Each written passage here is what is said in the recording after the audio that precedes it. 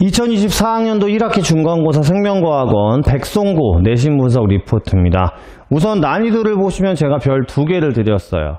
생각보다 문제가 많이 어렵지 않았다라는 의미도 있겠지만 이제 고난이도 문제가 출제가 되지 않았을 뿐이지 이제 세세한 문제들 아무래도 앞부분 이제 1학기 중간 파트는 신경전도나 이런 부분이 좀 어려운 부분이고 수특이나 모의고사, 고3 모의고사에서 이제 어려운 문제들이 많이 나오는 편이거든요. 이번 백성고는 그런 문제는 출제가 되지 않았어요. 기본 개념원 문제가 대부분이었기 때문에 이제 수특이나 고3 모의고사 위주로 풀다기보다는 이제 타 학교 내신 기출 문제를 보고 교과서나 프린트를 열심히 좀 보시면서 안에 있는 내용들을 충실히 공부하는 게 중요하지 않았나.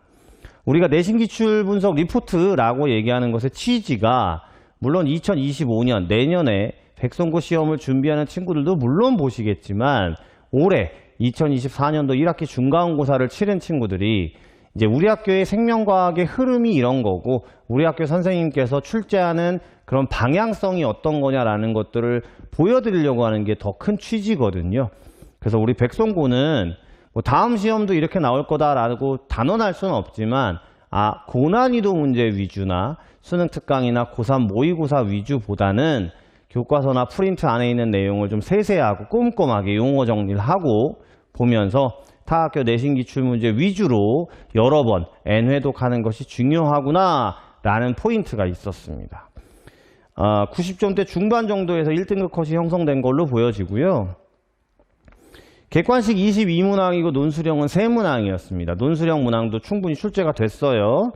범위가 처음부터 근수축까지였기 때문에 범위가 적은 건 아니었습니다. 보통 다른 학교들이 이제 처음부터 신경전도, 자극의 전달까지가 시험 범위인데 이 신경전도도 고난이도는 많이 어렵거든요. 근데 근수축까지였는데요. 신경전도 문항수가 적었고 난이도도 높은 난이도의 문제는 출제되지 않다 보니까 제가 별 2개를 드린 거예요. 근수축도 서술형 한 문제가 포함이 됐지만 뭐 수능 특강이나 모의고사의 어려운 형태는 아니었고요. 이제 기본적으로 근수축에 대한 내용을 기본 계산할 수 있느냐, 변화량을 가지고 계산할 수 있느냐, 뭐 이런 것들을 묻는 문제가 출제가 됐습니다. 대표 문항 분석은 이제 시험지를 보시면서 좀 확인하는 게 좋을 것 같은데요. 특이한 문제를 좀 보여드리면 2번 문항에서 이제 왓슨과 크릭의 DNA 연구라는 게 있거든요. 이 파트는 주로 이제 문제집이나 설명을 보면 귀납적 방법이라고 설명을 많이 해요. 근데 문제에서 가설 설정을 가지고 연역적 방법의 문제로 기출이 됐기 때문에 우리 친구들이 왓슨과 크릭의 DNA 연구라는 용어만 보고 귀납이겠구나 라고 했으면 실수했을 수도 있어요. 근데 외워서 풀면 안 되는 게요. 거기 문제에 가설에다가 밑줄을 쫙 쳐줬어요. A라고 써놓고. 그러니까 가설은 연역적 탐구에만 있는 부분이라서 그 부분을 놓치지 않았으면 실수 없이 넘어갔을 걸로 보여지는 문제였고요. 그 다음 8번과 9번은 학생들이 전통적으로 이제 개념형 문제에서 OX가 들어가서 특징과 그 다음에 OX를 연결하는 이런 문제들이 좀 어려워하거든요. 개념이 정확하게 잡혀있지 않으면 이제 그 문제가 두 문항이나 출제가 됐기 때문에 학생들이 또 실수를 유도할 수 있는 그런 문항이었다라고 볼 수 있습니다. 아무래도 이제 문제 난이도를 좀 낮추는 대신에 그렇게 학생들의 실수를 유도하는 문항들이 좀 있었다라고 보여지면 될 것 같아요. 논술형 2번이 배점이 6점인데요. 이 문항이 제일 어려웠습니다. 부분 점수의 하락을 충분히 가져올 수 있을 건데 호흡계에서 O2와 CO2의 교환과 관련돼서 이제 분합차에 의한 확산, ATP를 사용하지 않는 이 부분만 주로 가르치거든요. 근데 문제가 기체 교환이 효율적으로 일어나는 이유에 대해서 물었고요. 이 폐포의 표면적을 넓혀야 된다라는 거는 개정 전에 많이 나왔던 형태인데 이게 문제에서 출제가 되면서 이 포인트를 놓친 친구들은 부분 점수가 좀 깎였을 수도 있고요.